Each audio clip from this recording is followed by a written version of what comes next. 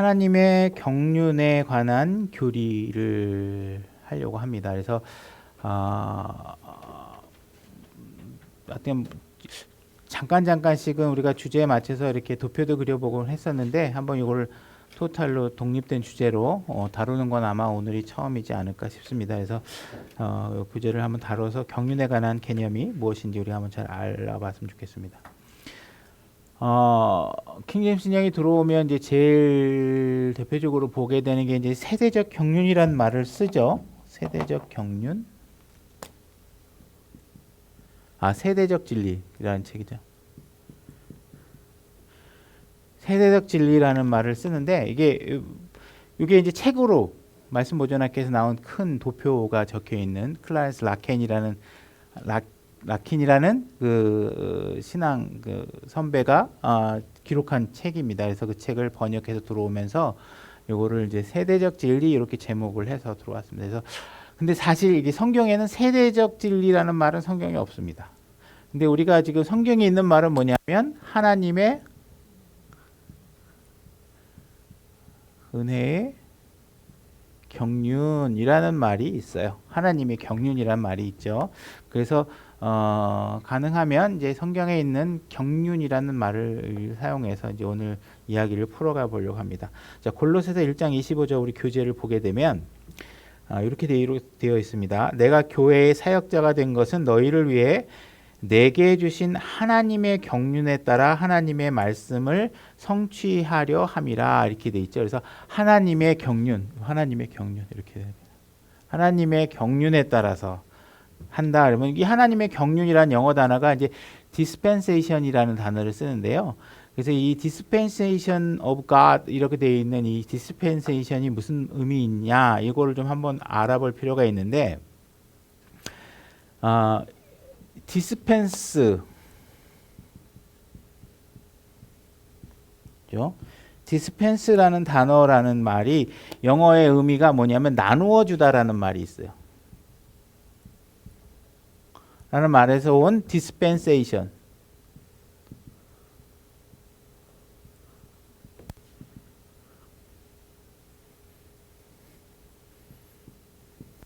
디스펜세이션 이렇게 되어 있는데 나누어진다라는 개념을 가지고 있습니다. 그래서 분배한다는 의미가 있죠. 그래서 하나님께서 가지고 있는 것을 그 시기 적절하게 하나님께서 이렇게 보따리를 요때는 요 보따리 푸시고 요때는 요런 보따리 푸시고 하면서 하나님께서 인간을 통치하는 방법이나 이런 규칙 같은 것들을 이렇게 확장하시거나 변경하실 때 이제 사용하신 것이죠. 그죠?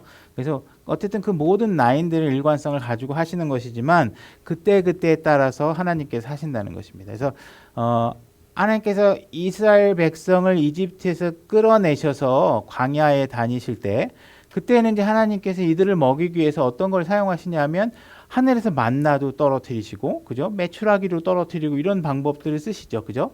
오늘날은 그런 방법을 쓰지 않으시잖아요, 그죠?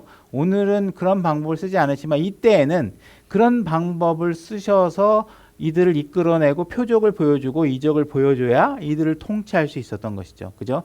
아직 모세를 통해서 하나님의 어떤 그 경륜이 완전히 세워지지도 않았고 율법에 대한 경륜이 완전히 세워지지 않았었기 때문에 이들을 이와 같은 방식으로 쓰는 것입니다.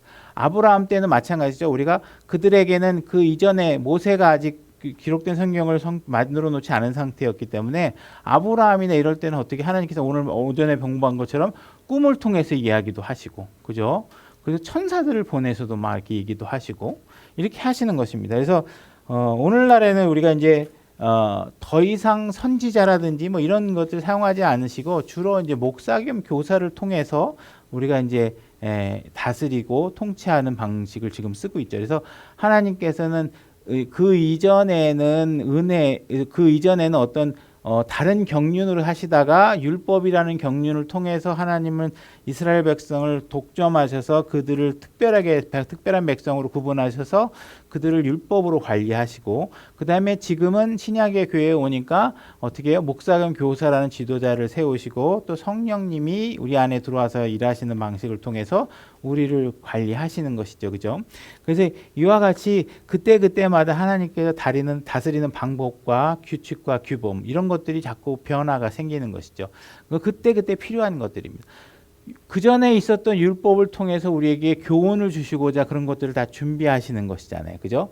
그래서 그때 하나님께서 방법들을 통해서 이렇게 우리가 신약 성도들이 구약의 율법들을 통해서 뭔가 교훈을 얻고 그 이전의 삶이 어땠는지를 통해서 또 교훈을 얻고 이렇게 하면서 하나님께서 그러한 경륜들을 우리에게 보여주고 디스플레이하고 사용하시고 하는 방법들을 한다는 거죠. 그래서 이러한 것들이 그때 어떤 경륜을 하셨는지에 대해서 우리가 구분해서 보지 않으면 아까처럼 하나님께서 꿈으로 얘기하셨으니까 오늘날에도 우리가 꿈으로 하나님께서 계시하는 거 아니야? 이렇게 잘못 생각하면 안 된다는 것이죠. 그죠?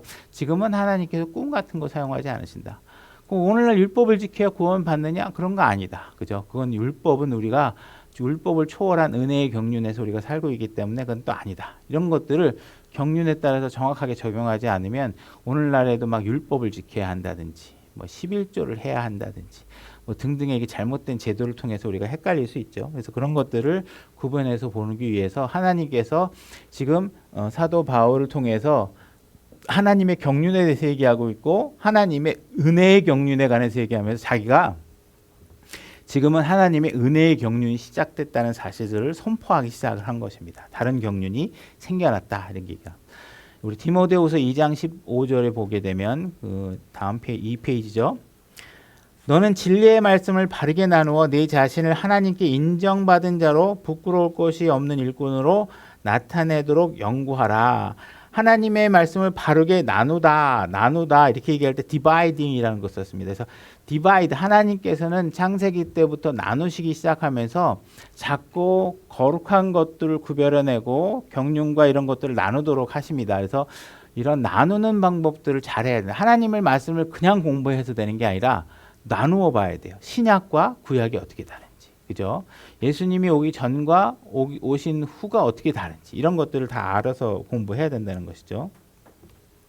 로마서 6장 17절 보면 하나님께서 이렇게 얘기하십니다. 그러나 하나님께 감사하리로다. 너희가 죄의 종이었으나 너희에게 전달된 교리의 틀에 마음으로부터 순종하고 이렇게 되어 있습니다. 그래서 교리의 틀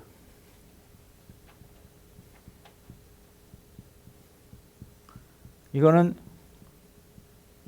form of doctrine이죠. 이 form of doctrine, 이 form이라는 것이 틀이라고 번역되어 있는 거예요. 그래서 우리는 틀이 있는 교리를 가지셔야 돼요. 그죠? 성경이 제시하고 있는 틀을 딱 맞춰보고 여기 안에 들어오면 맞는 거고 거기 안에 안 들어오는 거는 안 되는 거예요. 그죠? 그러니까 붕어빵을 만들려면 붕어빵 틀이 있어야 되잖아요. 그죠? 여러분들 그리스도인의 성도를 만들려면 성도로 만들 수 있는 틀이 있어야 돼요. 하나님은 항상 틀을 갖고 이야기하신단 말이에요. 그죠? 그래서 이 form이라는 단어가 성경에 제일 처음에 어디서 등장하냐 하면 창세기 1장 2절에 등장합니다. 그래서 그 다음 교재 다음 줄을 보면 창세기 1장 2절 땅은 형태가 없다 이렇게 되어 있습니다. 형태가 없다가 영어가 뭐냐면 form이에요. 자, 형태가 없고 비어 있으며 어둠은 기품의 표면 위에서 하나님의 영은 물들의 표면 위에서 움직이시니라.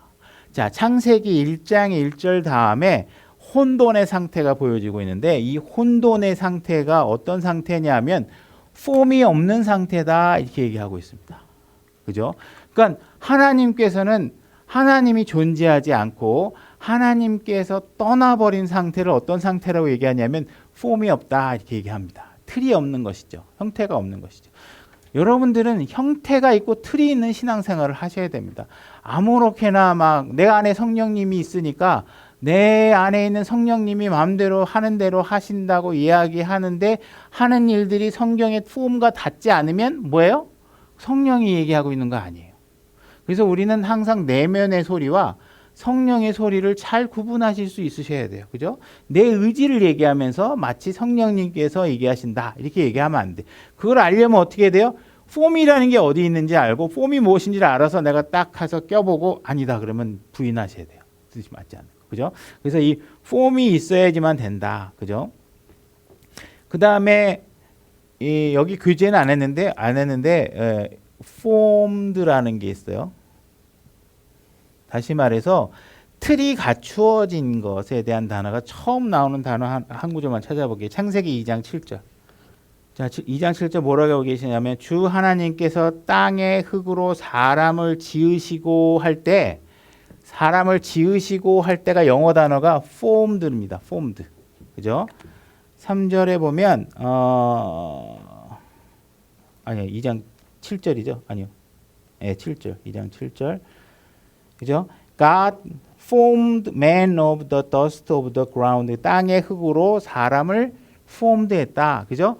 폼이 있어야 그 안에 혼과 영이 들어가겠죠. 그죠? 네. 그래서 우리는 몸이 없는 혼과 영으로 일하는 게 아닙니다. 여러분들은 몸이 있기 때문에 교회도 오시고 몸이 있기 때문에 섬기기도 하시고 커피도 탈 수 있고 그런 거죠. 그죠?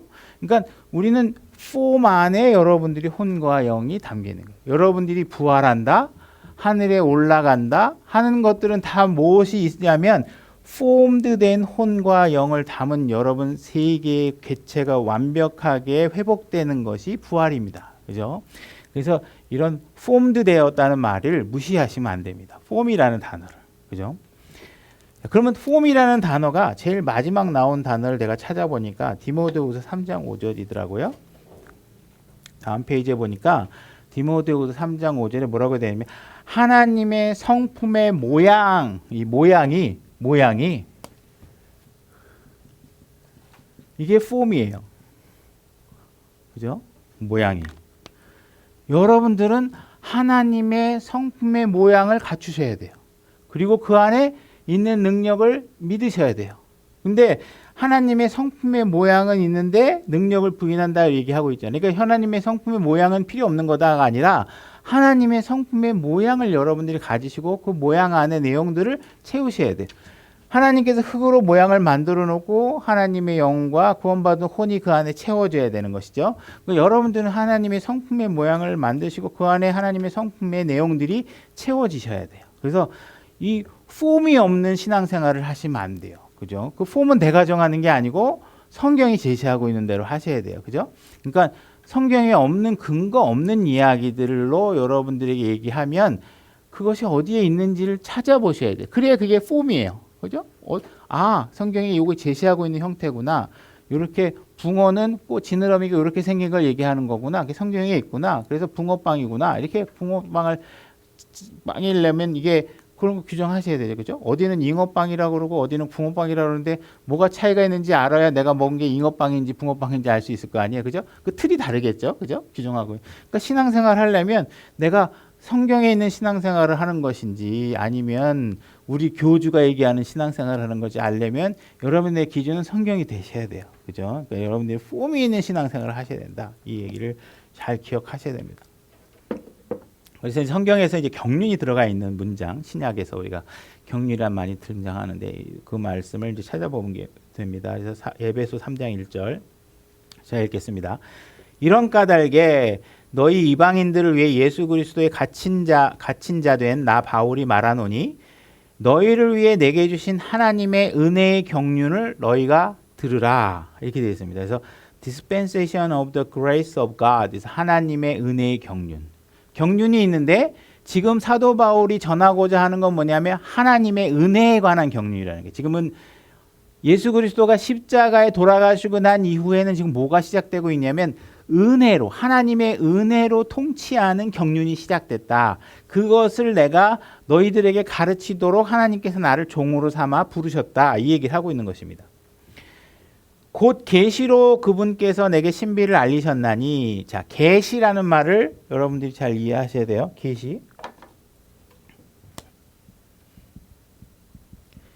계시라는 말은 뭐예요? 우리가 제막식으로 비유를 많이 하는데 동상 제막식 그러면 동상을 하얀 천으로 덮어놓고 있다가 동상 제막식 그러면 탁 천을 끌어내리면 안에 있던 동상이나 비석 같은 것들이 딱 드러나잖아요. 그죠?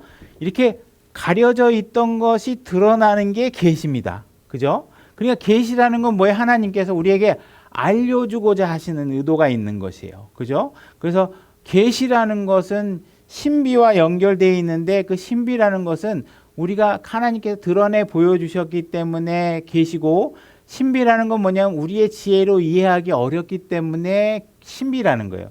하나님이 육신으로 이 땅에 오셨다. 이거를 논리적으로 설명할 수가 없잖아요. 근데 그래서 그런 것들은 신비예요. 우리가 구원을 받았다, 거듭났다, 이런 현상에 대해서 우리가 입증할 수 없잖아요. 우리가 막 기록된 말씀으로 믿는 것들이잖아요. 그러니까 이런 신비들이라고, 이런 것들을 하나님께서 계시로 드러내 주시고 있다. 그것으로 계시로 그분께서 내게 그 신비를 알리셨나니, 그러니까 지금 분명히 사도 바울에게 이런 신약의 경륜을 알려주셨어요. 그죠? 그런데 여기서 이제 우리가 사도 바울에게 신약의 경륜을 드러내 주셨다는 것과 사도 바울만 이방인에게 복음을 전파하도록 미션을 받았다는 얘기는 구분해서 생각하실 필요가 있어요. 사도 바울만 아니라 모든 사도들은 다 이방인들과 모든 민족들에게 복음을 전하도록 하나님께서 선택하신 거죠. 근데 이 바울에게만 특별하게 그거를 가르쳐주고 그 바울을 통해서 사도들이 알 수 있도록 해주신 거예요. 그죠? 그러니까 그 창구는 사도 바울이라는 것이에요. 그리고 이러한 신비가 없었던 걸 하나님께서 동상을 딱 만들어 놓고 보여주는 게 아니라 원래 있었던 건데 그걸 드러내서 알려주셨다는 거예요. 딴 사람들은 그걸 구별해서 볼 수가 없었는데 사도 바울이 예수님과 뭔가 그 사적으로 이렇게 특별하게 계시를 받아서 그 당시에 사도의 권위를 통해서 그 일이 세워지도록 한 것이죠. 그래서 사도 바울은 자기가 사도임을 입증하는 데 굉장히 애를 썼습니다. 왜냐하면 사도라는 것이 입증이 안 되면 자기 말의 권위가 사라진단 말이에요. 그래서 내가 사도가 맞다, 나는 분명히 사도다, 나 예수님께 직접 그 사도의 임명을 받았다는 사실을 계속 얘기했고, 실질적으로 사도 바울이 사도의 이적과 표적이 드러난 것을 성경에서 다 기록하고 있죠. 독사를 만졌는데도 안 죽었죠. 그죠? 그래서 이런 것들이 죽은 사람을 살리기도 하고, 이런 사도들만이 할 수 있는 것, 이적과 표적들을 사도에게 충분히 드러낼 수 있게 하셨고, 그의 말의 권위를 통해서 신약의 교리가 정확하게 세워지도록 하신 것이죠. 그러니까 사도 바울이 이방인의 경륜에 대한 계시를 받은 것은 사실이지만 사도 바울만 이방인에게 복음을 전하도록 한 것은 아니다. 이렇게 구별해서 생각하는 것이 좋을 것 같습니다. 4절, 그러므로 말미암아 너희가 읽었을 때 그리스도의 신비에 대해 내가 알고 있는 바를 깨닫게 되니라. 이렇게 해서 지금 은혜의 경륜을 하나님께서 사도 바울에게 특별하게 계시해 줬고, 이건 사도 바울이 독점하도록 한 게 아니라 사도 바울을 통해서 알게 한 것들 여러 사람에게 알려준 것이죠. 그죠? 그래서 자기 사도들인 다른 사람들에게도 알려줬고 성도들에게도 좀 알려주고 있는 것입니다. 5절, 그분께서 이제 자신의 거룩한 사도들과 대언자들에게 성령을 통해 이 신비를 계시한 것 같이 다른 시대들에서는 사람들이 아들들에게 이것들을 알리지 아니하셨는데, 그죠? 다른 시대, 다시 말해서 사도 바울이 이것을 정확하게 드러내기 이전에는 어느 누구도 예수 그리스도가 오셔서 이 땅에 오셔서 우리의 죄를 사하는 이러한 경륜에 관해서 알지 못된 거죠. 그죠? 그분의 예수 그리스도 이름도 알고 싶어 했지만 알은 것을 하나님께서 허락하지 않으셨고, 이런 것들을 지금 이 사도 바울을 통해서 알려주시고 이걸 선포하게 하셨다는 것입니다. 이 신비는 곧 복음으로 말미암아 이방인들이 그리스도 안에서 동료 상속자가 되고 같은 몸에 속하게 되며 그분의 약속하는 참여자가 되는 것이라. 그죠? 그 이전에는 이스라엘 백성만 하나님의 택한 백성이다. 그래서 그런 선민의식을 잘못 왜곡해서 이스라엘 백성들이 교만하게 되고 잘못 이용했는데, 그것이 아니고 이제는 하나님의 경륜이 이제 이방인들도 예수 그리스도와 동일하게 동등한 공동 상속자로서의 지분을 갖게 하는 일이 지금 벌어지고 있다. 그래서 그것을 내가 알려주는 일을 맡았다. 그래서 이 7절, 내게 주신 하나님의 은혜의 선물에 따라 그분의 권능이 효력 있게 활동함을 힘입어 내가 이 복음 사역자가 되었노라. 그래서 이 복음 사역자가 되었다. 그러면 이 복음이 뭐냐? 이방인에게도 구원이 있다라는 사실을, 진리를 전파하는 일. 그전에는 유대인들에게만 있고 유대 율법을 지켜야 되고 그러는데 아니다. 이제 예수 그리스도의 십자가의 사역으로 이방인들까지도 구원을 받게 하나님이 하셨다 하는 이 사실들을 전파하는 것이 나의 사역이고 이것이 복음의 사역이다. 이 얘기를 하고 있는 것입니다. 8절 그분께서 모든 성도들 중에서 가장 작은 자보다 더 작은 나에게 이 은혜를 주신 것은 헤아릴 수 없는 그리스도의 부요함을 내가 이방인들 가운데 선포하게 하고 또 예수 그리스도에 의해 모든 것이 창조하신 하나님 안에 자 지금 복음 사역을 하면서 이 사도 바울이 언급하고 있는 내용이 지금 뭐가 있냐면 창조 사역을 언급하고 있다는 사실을 좀 유념해 볼 필요가 있습니다. 그래서 예수 그리스도와 예수님, 창조 이거는 아주 밀접한 관계가 있다는 것이에요. 예수님이 하는 일은 창조하는 일과 아주 관계가 있다는 거예요. 그죠? 그래서 예수 그리스도에 의해서 모든 것을 창조하신 하나님께서 하나님 안에 세상이 시작된 이후로 감추어온 이 신비에 참여하는 것이 무엇인지 사람들에게 보게 하려 하심이라. 자, 예수님이 모든 것을 창조하게 하셨다니까 모든 것을 창조하신 때가 언제예요? 창세기 1장 1절 In the beginning 그죠? 처음에 자 예수님께서는 처음에 모든 것을 창조하신 분이십니다. 그죠? 이 예수님은 창조하신 분이고 세상이 시작된 이후로 감추어온 이 신비에 참여하는 것이 무엇인지 모든 사람들에게 보이게 하려 합니다. 예수님은 창조하시는 분이시고 창세기 1장 1절에서 모든 것을 창조하셨는데 예수님께서 이 땅에 오셔서 여러분들을 구원하시면서 어떻게 하세요? 여러분들을 새롭게 창조하셨잖아요. 여러분들이 새로운 피조물이잖아요. 그죠? 여러분들이 구원은 창조하시는 일이에요. 새롭게. 그죠? 그러니까 예수님이 하시는 일은 크리에이트 하는 거예요. 창조하시는 일이에요. 여러분들은 예수님의 십자가의 사역을 통해서 그분을 믿음으로 인해서 새로운 피조물이 창조물이 되어 있는 거예요. 그죠? 그래서 이것이 지금 신약에서 이루어지고 있다. 이것이 이 너희들이 새로운 창조물이 되는 일들은 뭐예요? 복음으로 은혜로 이루어진다. 믿기만 하면 이루어진다. 그것이 이방인에게도 지금 가능해지도록 모든 인류를 향하여 제시되고 있다. 이 얘기를 하고 있는 것입니다. 그죠? 고린도전서 9장 17절 내가 자원하여 이 일을 하면 보상을 얻으려니와 내 뜻에 반하여 한다 할지라도 복음 분배 사역을 내가 맡아노라. 그죠? 어차피 지금 이게 하나님께서 시작하신 일이기 때문에 사도 바울은 이 일을 하는 것이죠. 근데 내가 이 일을 기쁨으로, 그죠? 자원해서 하게 되면 내가 보상이 있겠지만 내가 억지로 하게 되면 이 일은 이루어질 텐데 나에게 아무런 보상이 없다. 그러니까 여러분들도 여러분들이 주어진 일들을 기쁜 마음으로 자원하는 마음으로 하셔야 그 일이 기쁨으로 이루어지겠죠. 그죠? 그래서 예수님 지금 성경을 통해서 사도 바울이 내가 지금 은혜의 경륜을 얘기하고 있다 하면서 디스펜세이션이라는 용어를 쓰면서 하나님께서 지금 새로운 경륜을 시작하고 있다라는 사실을 얘기하고 있는 것이에요. 그러니까 우리가 첫 번째로 우리가 나누어 볼 수 있는 것은 뭐냐면 은혜의 경륜이 시작되는 지점이 어딘가 있다. 그것이 십자가를 통해서 이루어졌다. 이런 사실들을 구분하는 것이죠. 이렇게 나누어 보는 것이 성경 공부다. 그죠? 그래서 우리가 신앙 공부를 하면서 성경의 이야기를 나눌 수 있는 방법이 있는데 첫 번째로 나눌 수 있는 방법이 뭐냐면 성경책을 통해서 나눌 수 있는 것이죠. 그죠? 우리가 성경책을 보면 신약과 구약이 나누어지잖아요. 그죠? 그래서 우리가 신약, 구약 이렇게 나누는데 이 나누는 시점이 기준이 어디냐면 예수님의 초림이 된다는 거예요. 그죠? 마태복음 우리가 시작되는 게 뭐예요? 예수님께서 탄생하시는 이야기부터 시작하고 있잖아요. 그래서 우리가 성경은 두 가지로 나눌 수 있어. 그러면 우리 나눌 수 있는 방법 중에 한 가지는 신약과 구약으로 나눌 수 있는데 그 나누는 기준은 예수님의 탄생이야. 초림. 그죠? 이 초림을 기준으로 나눌 수 있어. 이렇게 얘기할 수 있다는 것이죠. 그 다음에 우리가 예수님께서 초림하셨다는 이야기는 어떤 의미가 있냐면 하나님이 인간의 몸을 이 땅에 입고 오시기 이전과 이후로 나누는 것이죠. 그죠?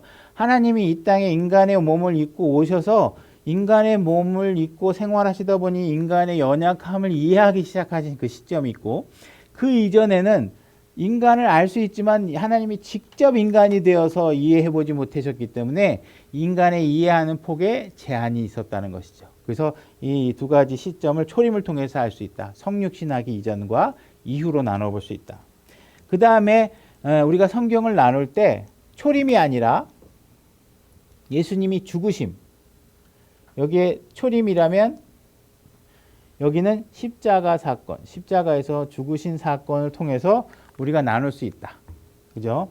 그래서 이 십자가 사건을 갖고 나누는 것은 무엇이냐면 예수님의 죽음과 관련된 것인데, 예수님이 실질적으로 우리가 신약, 이 약속이라는 말은 어떤 계약이 체결된 거를 얘기하는 거거든요. 계약과 관련된 약속입니다. 그래서 이 하나님과 우리가 새로운 약속이 체결되는 게 언제냐 하면 예수님의 십자가 사건을 통해서 알 수 있어요. 그죠? 내가 이 십자가 사건을 예수님이 성취를 해야 얻을 수 있는 것들이 있었단 말이에요. 그죠? 나를 믿는 사람을 내 안에 집어넣을 수 있고 신약 백성을 탄생시킬 수 있는 체결 기준이 뭐냐면 예수님이 십자가 사건이에요. 그래서 십자가 사건 이전과 이후, 실질적으로 우리가 책을 신약과 구약이라고 나누고 하는 것은 예수님의 탄생으로 하지만 실질적인 약속이 체결돼서 발효되는, 효과가 발생되는 시점을 기준으로 한다면 뭐냐면 십자가 사건 이전과 이후로 나눠볼 수 있다는 것이, 그죠? 십자가 사건이 생겨야 신약이 체결된다는 것이죠. 그죠? 마태복음 26장 28절, 이것들은 죄들의 사면을 얻게 하려고 많은 사람을 위하여 흘리신 나의 피, 곧 새 상속 언약의 피니라. 그죠? 내가 이걸 피를 흘려야 새 상속 언약이 발효된다. 내가 죽으면 너희에게 줄 것이 있는데 그 중에 가장 대표적이고 핵심이 성령님이시죠. 여러분들에게 성령님을 주시기 위해서 이렇게 십자가 사건을 한 것이, 돌아가시게 된 것입니다. 그래서 이런 신약의 약속들이 성령님과 더불어 완벽하게 체결되는 시점이 십자가 사건이다. 우리가 죽음이라는 것, 그리고 상속이라는 단어를 쓴다는 것,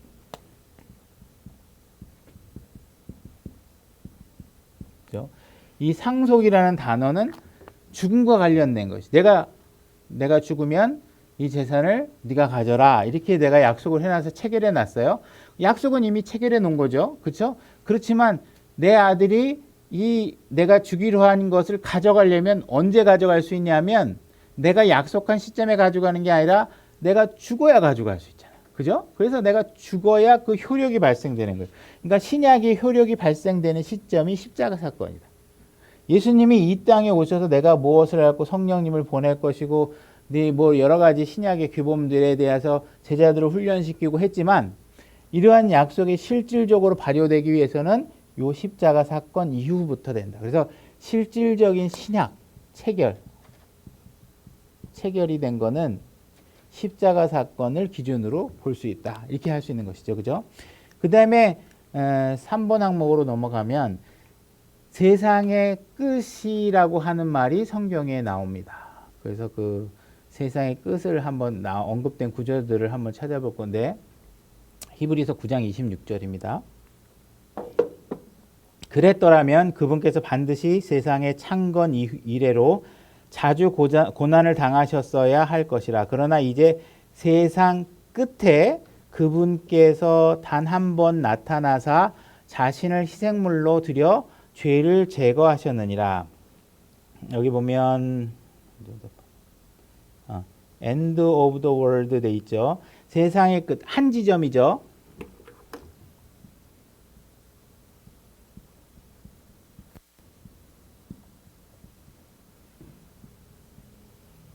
단수입니다. 한 지점이죠. 한 지점에 오셔서 어떻게 희생물로 드려졌으니까 이건 언제를 얘기하는 거예요? 예수님의 십자가 사건. 자기 자신을 십자가의 헌물로 드렸던 걸 얘기하는 거겠죠. 그래서 이 십자가 사건이 하나의 끝이다. 세상의 끝이다. 이렇게 얘기하고 있습니다. 그 다음에 고린도전서 10장 11절 보게 되면 이제 이 모든 일들은 그들에게 본보기로 일어났으며 또 이것들은 세상의 끝을 만난 우리를 훈계하기 위해 기록되었느니라. 하나님께서 이때 세상의 끝을 만들어 놨는데 이 끝이 자기 것이 되는 사람의 시점은 다 틀리죠. 그죠? 그래서 여기서 보면 고린도전서 10장 11절에 end of the world는 복수, ends of the world 이렇게 복수로 돼 있어요. 그죠? 하나님께서 요때 희생의 끝을 만들어 놨어요. 그죠? 예수님께서. 근데 그 끝이 나의 끝이 되는 거는 다 틀려요, 시점이. 어저께 구원받은 사람, 오늘 구원받은 사람, 100년 전에 구원받은 사람, 오늘 구원받은 사람. 그죠? 저는 예수님이 이 만들어 놓은 세상 끝과 상관없이 살다가 예수 그리스도를 믿고 구원받고 영접을 하게 되면 어떻게 돼요? 내가 세상의 끝 안에 들어가는 거예요. 이 세상과는 종말을 구하는 거예요. 그죠? 나는 그러면 이 세상의 끝을 만난 사람이죠. 그죠? 그래서 ends, 복수들이 계속 이루어지는 것이죠. 그 이후로 많은 사람들이 계속 세상의 끝을 만나면서 교회 안으로 더해지고 있고, 내일 더해질 사람이 있고, 모레 더해질. 이 세상과 빠이빠이 내일 할 사람이 있고, 10년 뒤에 할 사람이 또 있겠고, 그죠? 그러니까 이런 끝들이 벌어지고 있다. 그러니까 십자가 예수님이 해놨는데 내가 안 믿으면 이 끝이 내 것이 안 되는 거예요. 나는 그냥 이 세상에 묻혀 살다가 지옥으로 가는 거예요. 이 세상과 빠이빠이 하고 딱 출구로 탈출할 수 있는 사람은 뭐예요? 예수님을 믿고 구원받은 사람만이 이 끝에서 탈출하는 거예요. 그래서 이렇게 얘기해 놓은 것이죠. 그 다음에 뒤에 보게 되면 마태복음 13장 39절 가라지를 뿌린 원수는 마귀요 수확하는 때는 세상 끝이다. 이 세상 끝. 이것도 단수죠. 이 단수 끝은 언제냐면 그죠? 이거는 마지막 예수님께서 재림하실 때를 봐야. 그러면 이게 휴거. 그 다음에 여기 7년 한난. 그 다음에 예수님께서 지상재림. 요 할 때 하나의 세상이 끝나고 여기 천년왕국. 밀레니엄 킹덤이 시작되는 거죠. 그래서 여기 시점, 싱글, 엔드, 한 지점, 여기 한 지점에 대해서 성경에서 얘기하고 있어요. 그죠? 요 끝을 만들어 놓고 제가 휴거 직전인 요때 구원을 받았으면 나는 세상의 종말이 된 거죠. 그죠? 세상의 종말이 된 거예요. 그러면 이 종말은 나하고 관련이 있어요? 없어요? 나하고 상관없어요. 이 종말은. 이때 심판받는 사람들이 있을 거 아니에요. 민족들이 심판을 받잖아요. 그러면 여기서 한번 끝을 만난 사람은 이제 다른 끝과 상관이 없어요. 여기에 끝을 안 만난 사람은 어떻게 해요? 이 끝을 만나야 되겠고 또 여기서 제대로 안 된 사람은 백보자 심판에서 또 끝을 하나 기다려요. 여기 있는 사람들은 이 백보자 희낭제 심판의 끝도 만나야 되겠죠. 그러니까 지금 여러분들이 여기서 세상과 끝낸 건 굉장한 축복받은 선택을 하신 것이죠. 그죠? 세상의 끝에 대해서 이렇게 얘기를 하고 있다. 그런지를 가라지를 모아 불에 태우는 것 같이 이 세상 끝에도 그러하니라. 이렇게 얘기하고 있어요. 그래서 세상의 끝이라는 성경 구절을 찾으니까 이 두 가지 끝을 얘기하고 있더라. 성경에서. 그래서 한 가지 끝은 예수님께서 끝내는 세상. 또 한 가지 세상은 예수님께서 오셔서 끝낼 세상. 그죠? 지상재림하면서 끝낼 세상이죠. 그 다음에 4번 항목 세 가지 세상이 있는데 이전 세상, 현 세상, 앞으로 올 세상 이런 식의 개념으로 우리가 이제 성경을 얘기하는데 베드로서 3장 5절을 한번 볼게요. 그들이 이 사실 즉 하나님의 말씀으로 말미암아 하늘들의 옛적부터 있었고 또 땅이 물에서 나와 물 가운데 서 있는 것을 일부러 알려 하지 아니하느니라. 그것으로 말미암아 그때 있던 세상은 물의 넘침으로 멸망하였으되 이렇게 되어 있습니다. 세상이 멸망했는데 물의 넘침으로 뭐가 멸망했어요? 세상이 멸망했다. 자, 세상이 멸망했다. 이 말과 구별해서 봐야 될 게 뭐냐면 땅이 멸망했다라는 말과 구별해서 보셔야 돼요. 노아의 홍수는 뭐가 멸망한 거냐면 땅이 멸망한 거예요. 땅이. 세상이 멸망한 건 언제냐? 창세기 1장 1절 이후 어디 시점인가 멸망했어요. 그래서 창세기 1장 2절에서 지금 폼이 없는 상태가 나오죠. 물로 가득 차서 물이 나누어지는 현상. 좀 이따 다시 보겠지만 자, 이때는 땅이 멸망되었고 세상은 그죠? 노아 홍수의 이후에 태어난 사람, 노아의 홍수 이전에 태어났던 사람 모두가 다 동일한 세상으로 백보자 심판에서 심판을 받을 사람들이에요. 그죠? 노아의 홍수 이전 사람과 이후 사람, 다시 말해서 아담부터 노아 이후의 사람들은 같은 세상 사람이에요. 그죠? 같은 세상 사람들이기 때문에 이들이 전부 다 요때 심판을 받게 돼요. 그죠? 이 아담 이전의 세상이 있었어요. 아담 이전의 세상이 있었는데 그것에 대해서 지금 베드로후서 3장 5절에서 얘기하고 있는 것이에요. 그래서 그때 세상은 물의 넘침으로 멸망되었다 이렇게 얘기하고 있습니다. 그래서 지금 있는 하늘들과 땅은 이렇게 돼 있죠. 자, 하늘들. 지금 하늘들은 언제 만들어진 거냐면 창세기 1장 2절 이후에 1장 1절 이후에 어디선가 이제 여기서부터 만들어진 거예요. 그래서 이 1장 2절 이후에 만들어진 하늘들과 땅은 나중에 백보자 심판에서 큰 왕자 요구가 이게 익숙하죠. 왕자 심판에서 다 사라지게 되겠죠. 그죠? 그래서 이때 심판의 대상은 어디서부터냐? 1장 2절부터 있었던 세상이 요때 다 정리되는 거예요. 그죠? 그러니까 요 세상에 대해서 즉 베드로후서 3장 6절에서 얘기하고 있는 거예요. 그래서 이때 있었던 세상은 지금 있는 여기서 5절 6절은 요 이전에 얘기를 하는 거고 7절은 지금 있는 하늘들과 땅은 주께서 같은 말씀으로 보관하사 경거치 아니한 자들 심판의 날에 불사르게 예기해 두신 것이다. 그러니까 지금 있는 세상, 그러니까는 언제예요? 창세기 1장 2절 이후에 있던 세상을 지금 있는 세상이라고 얘기하고 있고, 이거는 하늘들과 땅이라고 얘기하고 있고, 이 이전의 세상은 뭐예요? 멸망되었는데 창세기 1장 1절에 보면 뭐라고 되어 있어요? 하늘과 땅 이렇게 단수로 되어 있단 말이에요. 그죠? 하늘과 땅이 단수로 되어 있던 세상과 하늘들과 땅 이렇게 해서 하늘들이라는 복수로 되어 있던 세상이 다른 세상인데 하늘들이라고 되어 있는 세상은 이때 멸망하기 위해서 지금 보존되고 있다. 그러니까 지금 우리가 디디고 있는 땅들은 다 나중에 사라질 것이다. 언제? 백보자 심판 때 다 사라질 것이다. 이렇게 얘기하고 있습니다.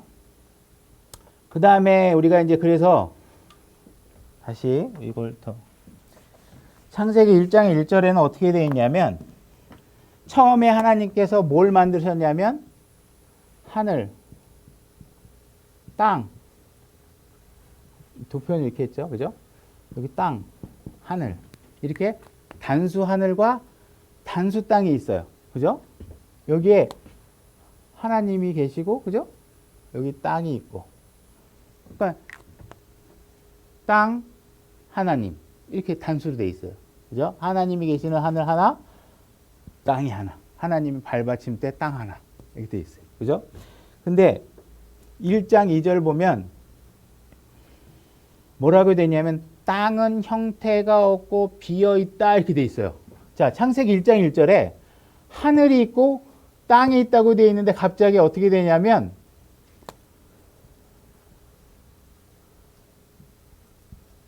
땅이 있는데 땅이 비었대요, 갑자기. 그리고 void 텅 비어 있고 형태가 없어요.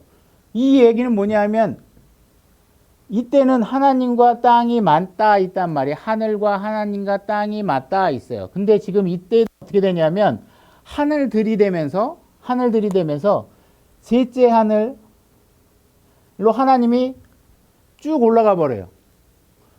하나님, 여기 셋째 하늘, 하나님, 우주 공간, 둘째 하늘,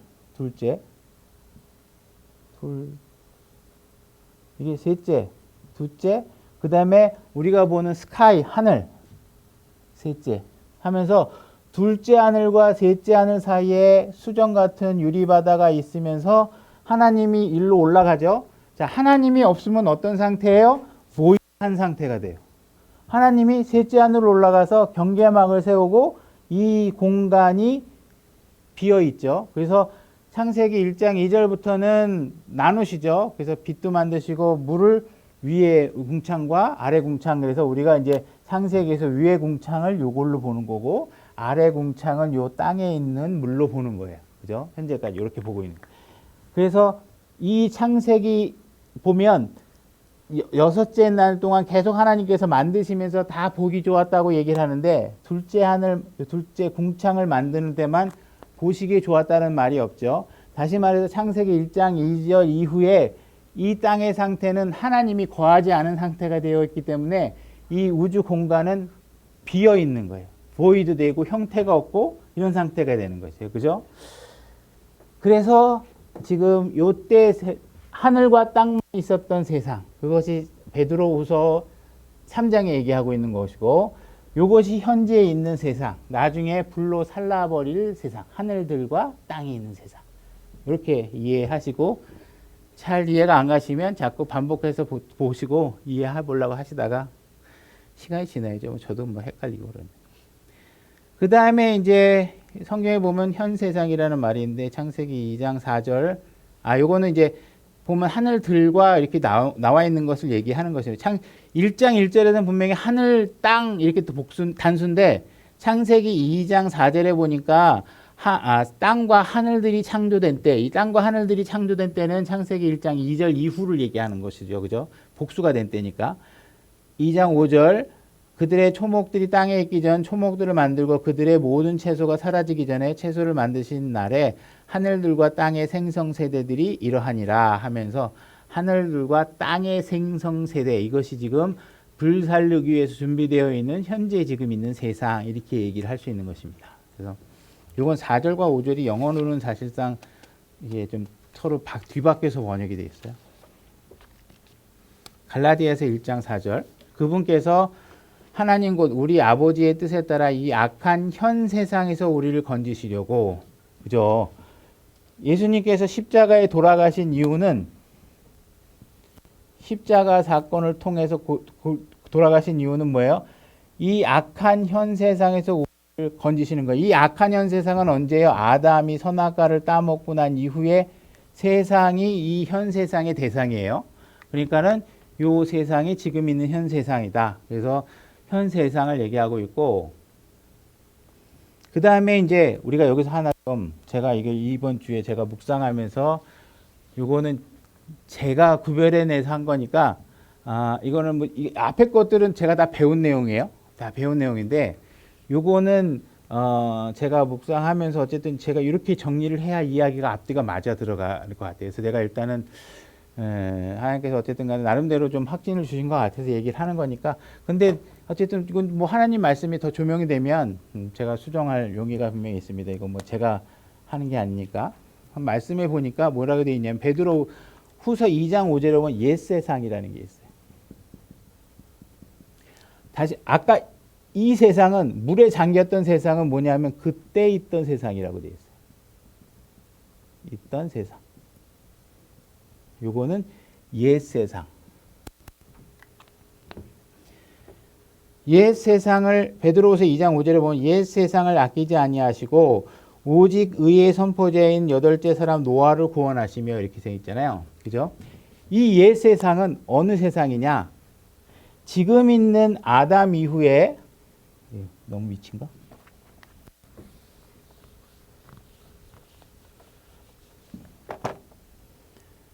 자, 아담 이후에 이게 여기 천지창조 창세기 1장 2절 이후 이제 3절부터겠죠. 3절부터 해가지고가 현 세상인데 지금 있는 세상, 지금 있는 세상인데 요 지금 있는 세상의 기준 안에서 노아의 홍수는 요 안에서 옛 세상. 그죠? 이 옛 세상은 지금 있는 현 세상의 옛 시점. 그래야 이야기가 맞아 들어가요. 이게 옛 세상이 만약에 이 홍수 이때로 되면 안 되잖아요. 뭐 이게 그리고 이건 분명히 노아의 홍수를 얘기하는 거니까. 그래서 3장에 있던 그때 있던 세상과 2장에서 얘기하고 있는 옛 세상은 동일한 게 아니다. 이렇게 이해를 하셔야 돼요. 그래야 얘기가 맞죠. 그래서 일단은 제가 이걸 일주일 내내 한 3, 4일 정도 고민을 해가지고, 일주일 내내는 아니고, 처음에는.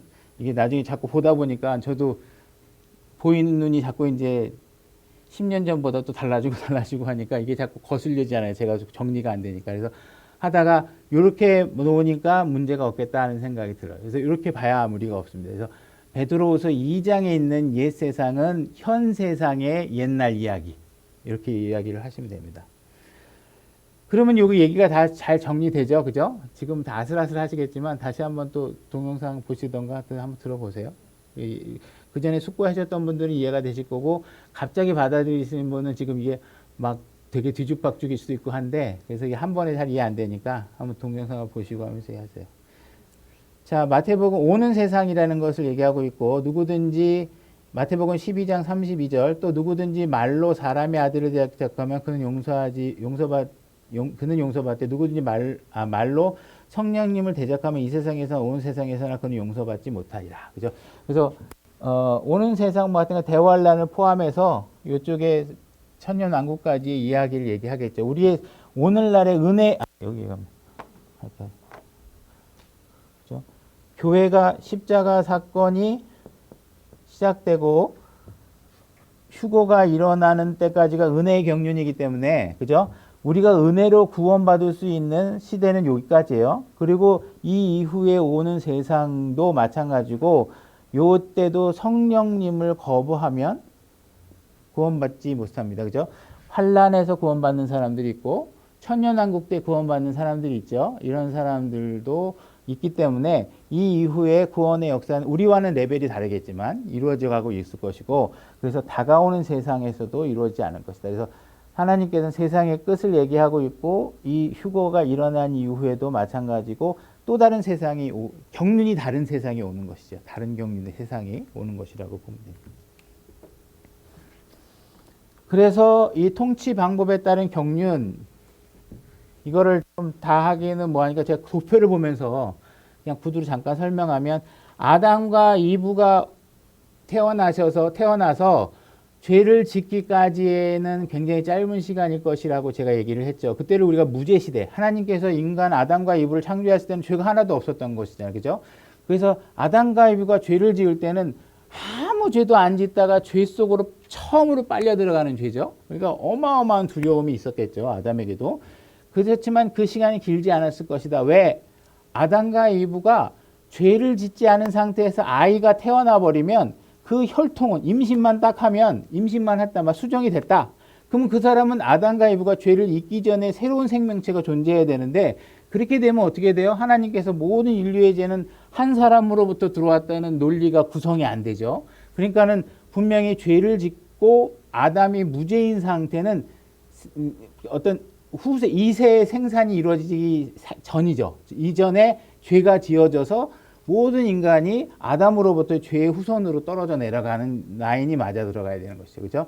그래서 그 무죄의 시대는 아주 찰나지간이겠지만, 얼마나 짧은지 우리가 규정할 수 없지만, 하여튼간 둘이 남자 여자가 만나서 부부가 잠자리를 해서 아이가 태어나기 이전까지의 그 짧은 시간, 그 시간 동안 인간은 무죄의 시간을 가졌을 것이다. 그죠? 그 이후에는 우리가 이제 양심에 따라 살아야겠죠. 우리 때는 주어진 율법도 없었고, 각자의 생각대로 규범대로 살아가게 됩니다. 그러다가 노아의 홍수가 일어나고 나서 이제 하나님께서 다른 데로 그 인간 정부, 무슨 부족, 자기 영역대로 경계를 가지고 살다가 하나님께서 바벨탑 사건을 일으키셔서 그 민족들을 또 흩으시고 경계를 갖고 살게 하시고, 그 다음에 아브라함을 시대에 보게 되면 이제 족장들이 있잖아요. 그죠? 아브라함 보고 경계를 딱 나눌 수는 없지만, 아브라함을 통해서 새로운 민족을 선택하시고 아브라함 흔적을 보니 그 당시에는 부족 시대, 족장 시대가 있었을 것이다.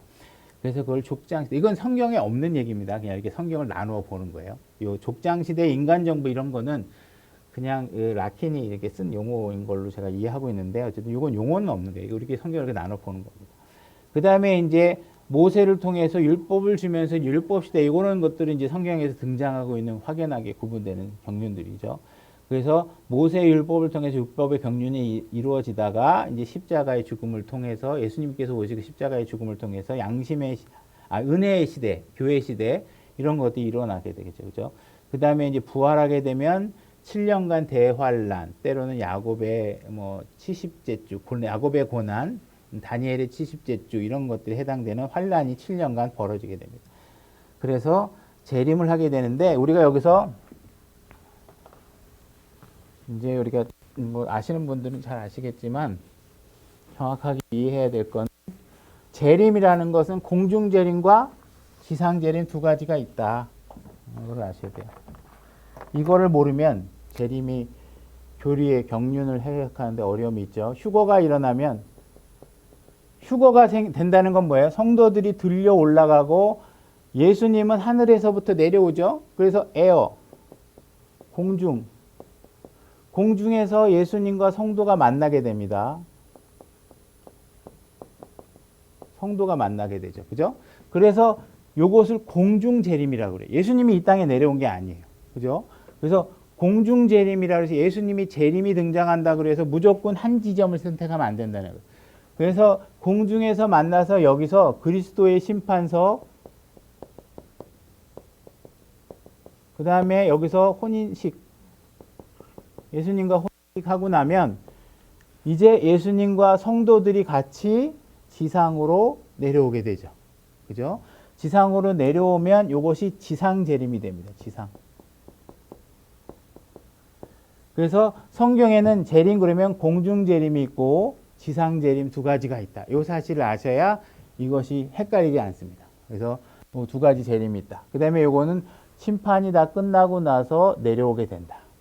그죠? 그거를 아시면 되고 굳이 읽지 않아도 그런 거 아시죠. 그 다음에 여기 우리가 이제 보면 우리가 전에도 얘기했지만 교회가 환란을 통과한다, 통과하지 않는다라는 얘기에 대해서 명백하게 우리가 볼 수 있는 것은 뭐냐면 고린도서 15장 51절 거기 뒤에 찾아놓은 거 보면요. 보라 내가 너희에게 한 가지 신비를 보이노니 우리가 다 잠자지 아니하고 마지막 나팔 소리가 날 때 눈 깜짝할 사이에 순식간에 변화되리라. 나팔 소리가 남에 죽은 자들이 썩지 아니할 것을 일어나서 우리가 변화가 되리라. 휴거가 일어날 때 어떻게 되냐면 우리는 잠자지 않고 있잖아요. 만약에 지금 휴거가 온다 그러면 우리는 잠을 안 자고 있고 이전에 돌아가셨던 분들은 다 잠자고 있는 분이잖아요. 그죠? 죽은 사람들. 그러면 잠자고 있던 사람이 먼저 예수님이 십자가 사건 이후에 성령님이 오시고 나서 오순절 이후 교회 안에 교회 안으로 더해진 성도들이 엄청나게 많겠죠. 이 죽었던 사람들이 어떻게 돼요? 다 깨어나서 먼저 올라가고 공중으로 그 다음에 우리가 들려 올라가서 공중에서 예수님을 만나잖아요. 그러니까 어떻게 돼요? 교회 안에 들어온 모든 사람이 공중으로 휴거되는 거예요. 그죠? 그러니까 교회가 다 들려 올라가요. 근데 환란을 통과한다고 얘기하는 사람들의 주장이 맞으려면 어떻게 해야 되느냐? 여태까지 살다가 죽었던 모든 성도들이 싹 일어나서 같이 여기서부터 환란 시대부터 우리하고 같이 살아야 돼요. 그래 대환란을 통과하는 거잖아요. 근데 그러한 흔적을 찾을 수 있는 성경 구절은 존재하지 않아요.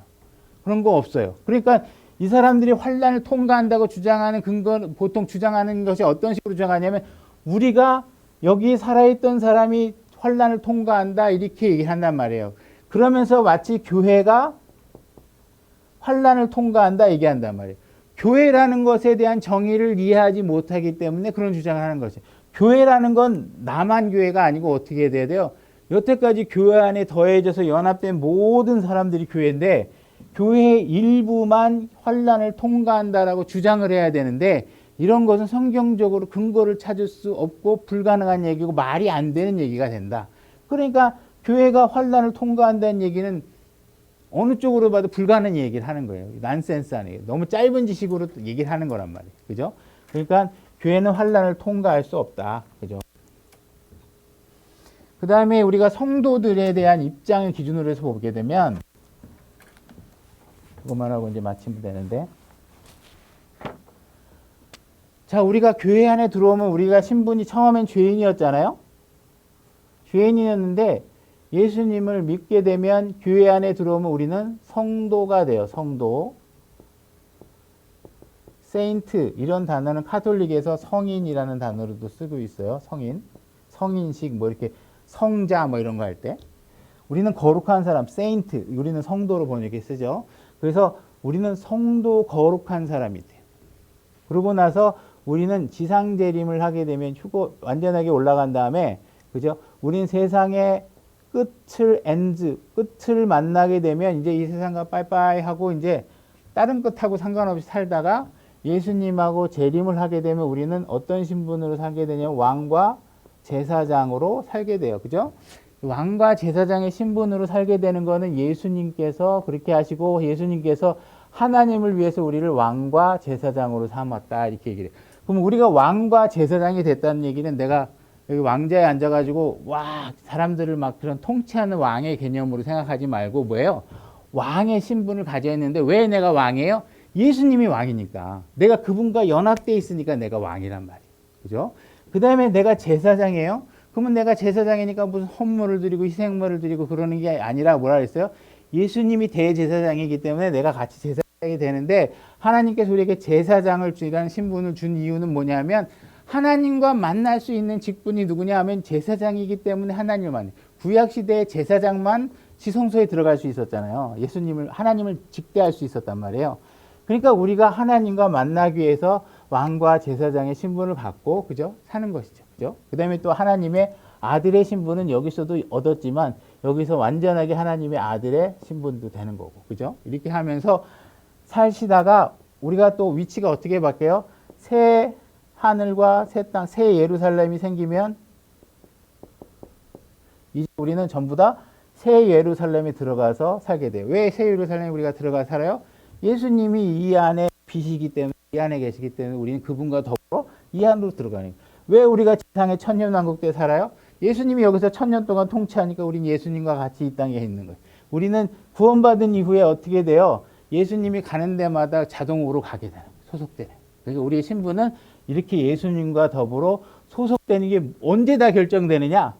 여러분들이 성도가 되는 순간에 이 모든 것들은 여러분들이 의지와 상관없이 다 체결돼 버리는 거예요. 그러니까 이 안에 들어오는 게 제일 중요해요. 구원받는 것이. 그렇게 되면 다 되는 것이다. 그죠? 그래서 대략적이지만 하나님의 병륜에 관해서 오늘 이렇게 공부를 마치고 그때까지 기초성경 공부 하나는 단락이 다 끝났습니다. 수고하셨습니다.